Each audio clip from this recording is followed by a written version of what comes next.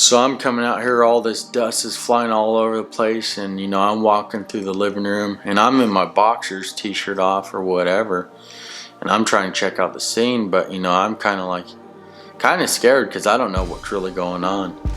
And I start creeping up to my son's bedroom, and I saw like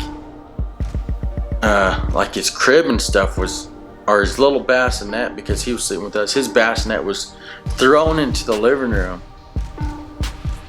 And I was like, what the hell's going on? So I start creeping up there, and I'm looking, and I hear some voices and stuff, and I'm like kind of scared, because I don't know what's going on. It sounds almost like someone's broken in the house. I finally come up to his room, and I look in his room, and a car, like a front end of a car, sticking into his room, and the walls torn down, and like half the ceiling's caved in, and like the windows out of the room, and there's junk all over the room. And I noticed, a car ran into the house, right into his room. And I was like, what the hell? This is crazy. How can this happen? This never happens to nobody. Why does it happen to me? And so I come to the front door, and I open up the front door, and I look, and I see the car like wrecked into our house. And then I look to the right, and I see two Mexican kids running down the street. And I just thought, well, I'm sure it was probably them. But I couldn't run after them or nothing, because like I had so much adrenaline in me, I didn't know what to do. I was just totally shocked by what was going on. And so I closed the door, and I ran back inside, and my girlfriend said, what is it? And I says, you won't believe what just happened. I says, somebody ran into our house with their car. She said, no, you're freaking kidding me. I says, no, come out here and look. So she came out and looked, and sure enough, the car's, inside of our house, and everything's wrecked and everything like that.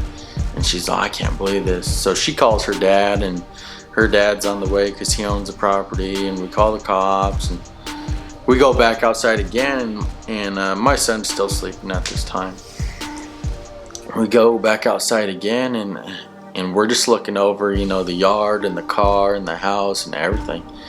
And like I say, it's like 3 o'clock in the morning. Next thing you know, our neighbors start coming out of their house, and they're over there looking and gawking and checking things out. And one of them already said, oh, I've already called the cops. They're on their way, da da da. And my girlfriend gets inside the car, and she starts looking through the car, to see what's all in there. So she goes in the glove box, opens it up, and she finds like a ticket. And I think it was like a couple nights previous or something. Whoever was driving that car around got busted for possession of controlled substance. So that's like methamphetamines or crack or something. And right about this time that she was looking into it, I think one of those Mexican guys showed back up on the scene, but he acted like he was just a spectator too. But you could tell he wasn't a spectator, because everybody else was dressed in their pajamas or whatever, and he was dressing like street clothes, like he just came from the club, And so he's looking around, and then he's looking like inside the car, and you could tell something was really weird with him, but I didn't say nothing. And then next thing you know, he split, he took off, and that was it. I didn't see that dude anymore. And so after all this, her parents show up and everything, and cops show up, contractors show up, and they board up half of the house with like plywood and screws and all kinds of stuff.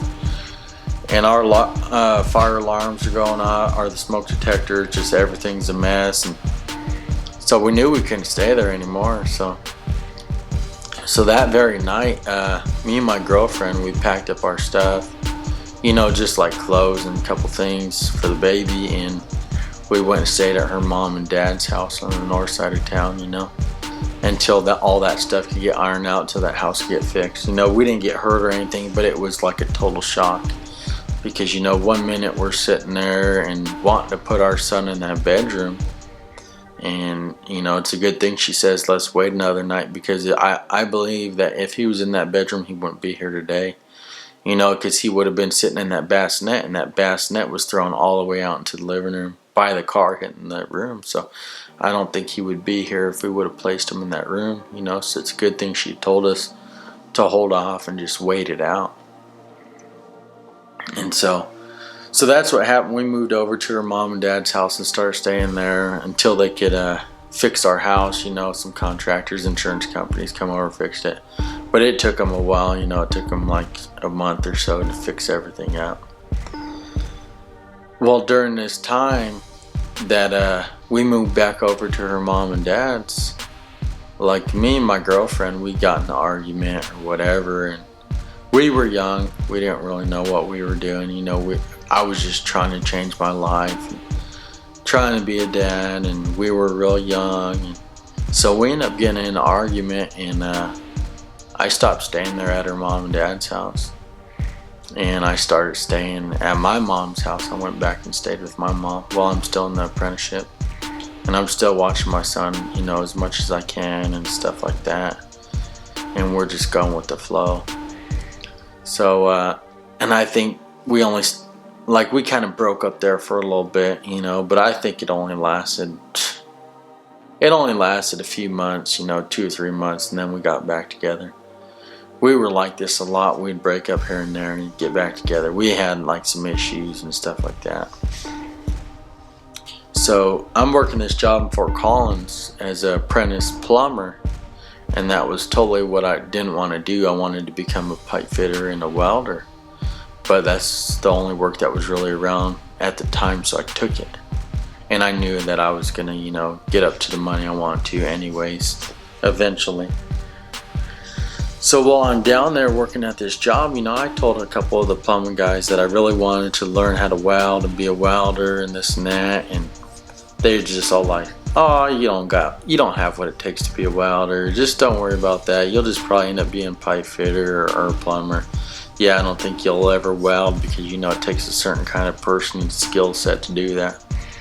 And that's what they were always trying to feed me and tell me, but I didn't listen to what they had to say. You know, I just focused on, I want to be a welder, you know, and if I try hard enough, I'm sure that I can do it. So I'd go to welding school and everything at the union hall. They would have it like once a month or whatever, and sometimes I would even stop by the union hall after work just to practice welding, you know, because I wanted to be a welder that much. I wanted to learn how to do that. And so I was up in Fort Collins for about 9 months, and that job was getting close to the end.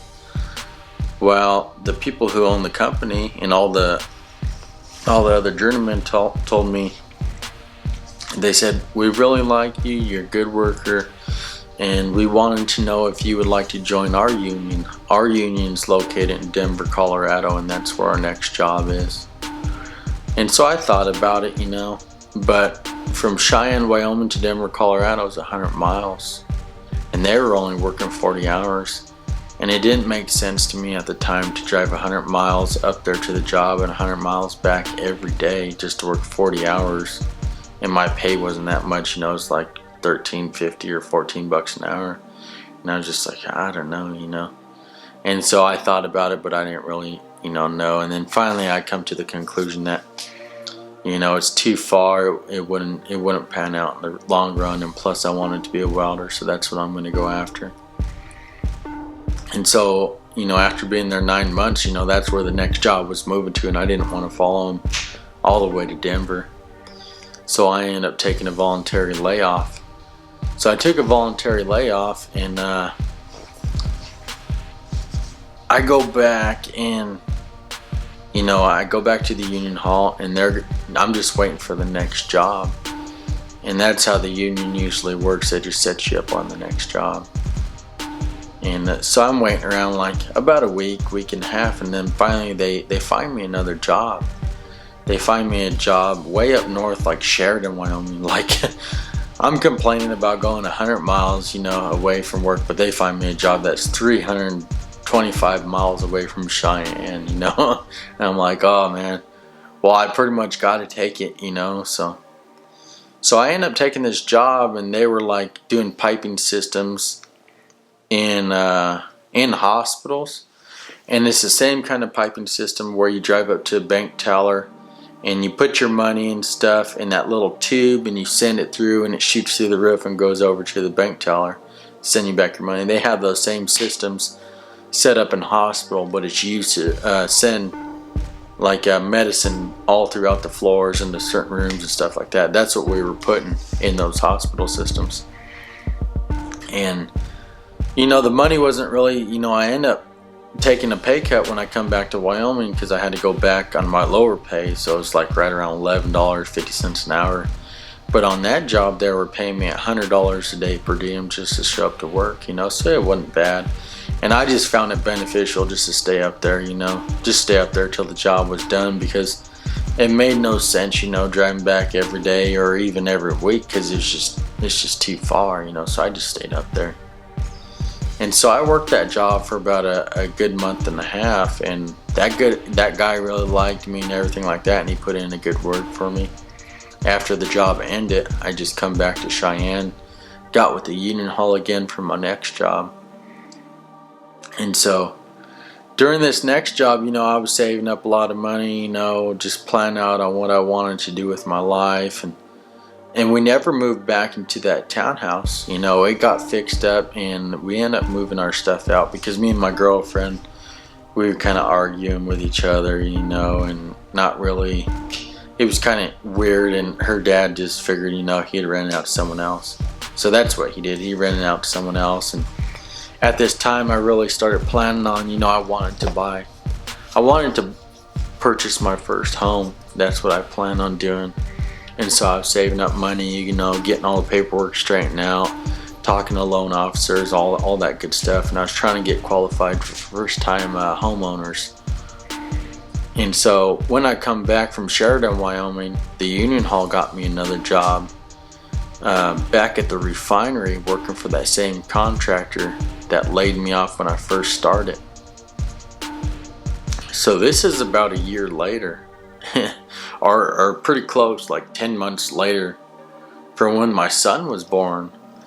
So my son's 10 months old, and I started going back there to work for this contractor. And I didn't really know how things were going to pan out because, you know, I thought, man, this guy didn't like me the first time, and he was pretty anal with me and told me I was done because I couldn't fill up, you know. So I was like, I don't know, but I had nowhere else to go. So I went back there and started working for that contractor. Well, during this time, I think I was in there a month and a half or so, and I ended up purchasing my first house. I purchased my first house at 23 years old, and we were in there like maybe about 3 weeks or a month before my son's first birthday. So we had my son's first birthday in this house. And you know, I felt really accomplished about myself purchasing my first house. It was a $150,000 house, and it's way nicer than the house I grew up in. And you know, I never thought it was possible, but I was doing it, you know, and I was real excited about everything. And my girlfriend's dad, he wanted to pitch in some money to help me with a down payment and everything like that, but I turned him down. You know, I was like, no, I want to do it all on my own. You know, thanks for the offer, but I just want to do this all on my own. And that's what I did. I saved up the money, got everything lined up, and bought my first house, you know, and it was a beautiful house. And so everything's going good, you know, and I'm still working for this contractor out at the refinery. And I'm learning a lot, I'm practicing a lot of welding, and I'm just, you know, and I'm trying to get my goals set straight and go after them and get it, you know. I'm trying to do everything I wanted to do and do everything I said I wanted to do. And so one night, you know, I end up figuring out some really hard critical mathematical skills on some piping and swing joints, and I don't want to explain what they are, but they're real intricate joints that come off of tanks. Like, I figured out all the math and fit all this piping up for some welders that were working on this project one night, and we were working like 12-hour night shifts. And my boss come in the morning, and it was real funny because like at the start of this whole project, our foreman was like trying to explain to us how he wanted us to go about this work. And I just told him, his name was Levi, and I just told him, yeah, Levi, don't worry about it, we'll get her taken care of, you know. I've been studying my math and stuff like that, so I think we could get her, you know. And he's all right then, you know. So he left it in our hands, you know, me and a couple other apprentices. So we went back and figured out all this math. We had the welders working all night. We had like 2 or 3 welders working on this big old piping system. And there's, you know, if you think about it, there's a lot of money involved, a lot of man hours, everything, you know, involved in all this. And I was figuring out all the math with a couple apprentices helping me out. Well, towards the end of the night shift, it's probably 6 o'clock in the morning, and we usually get off at 7. The main boss shows up, and that's a guy that didn't really like me too much and didn't say nothing to me. And he come in, and they were just putting that piping in place and getting it fit up for the next 2 welds for day shift. And they put it, it's a big old intricate piece of pipe with all these different joints on it and degrees and everything. And they're putting it in place, and it's fitting like a glove. And he's like, our boss name was Larry, and he was asking Levi, our foreman, he's all, who fit this up? And Levi looks over and he points straight at me. He's all, that kid right there fit this up. He figured out everything. He fit all this up. And the boss looking like, really? Really? You know? And yeah, he's like working me up like, yeah, he fit all this all up, you know? And so they didn't say nothing to me or nothing like that, but they were pointing at me and stuff like that. And I just felt good about myself because it all fit, you know? All that time and effort going into all this, and everything fit perfectly. So right before we transfer into day shift, you know, we usually have a meeting and everybody's in on it. They talk about safety and stuff like that and relay all the information and what all the work that we want to get done. And so after this meeting, the owner, he stands up and he says, hey, you, Justin. Justin's your name, right? And I says, yeah.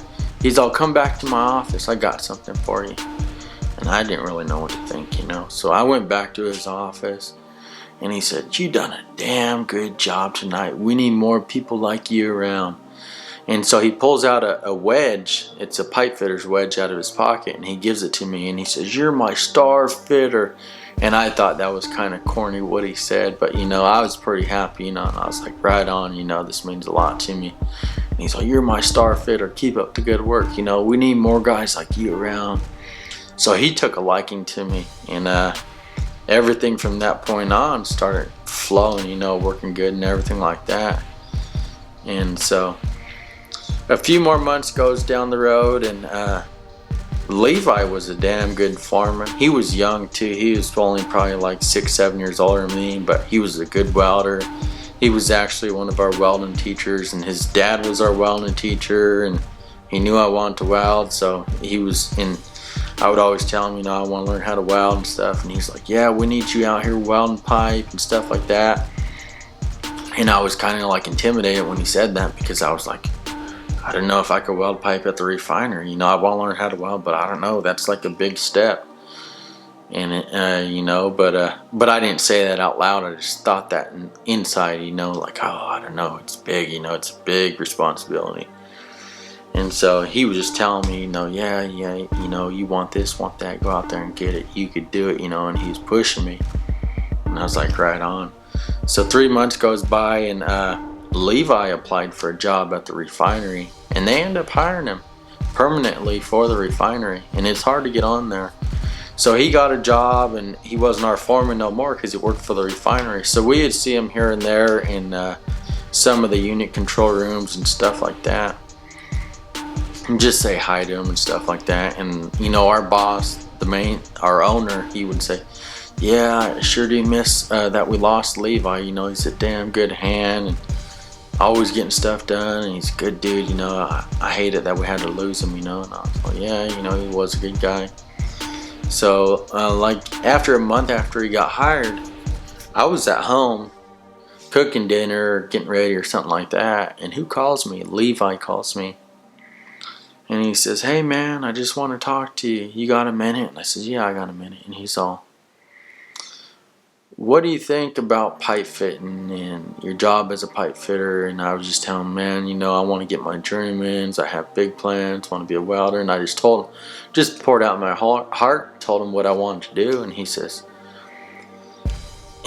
I like that about you, that you want a career, you just don't want a job. Like a lot of these other guys are just in it for the money, but you're in it for the long term and everything. And I like that about you. And So stay tuned and I'll be back with the rest of the story. Go ahead and subscribe down below if you haven't.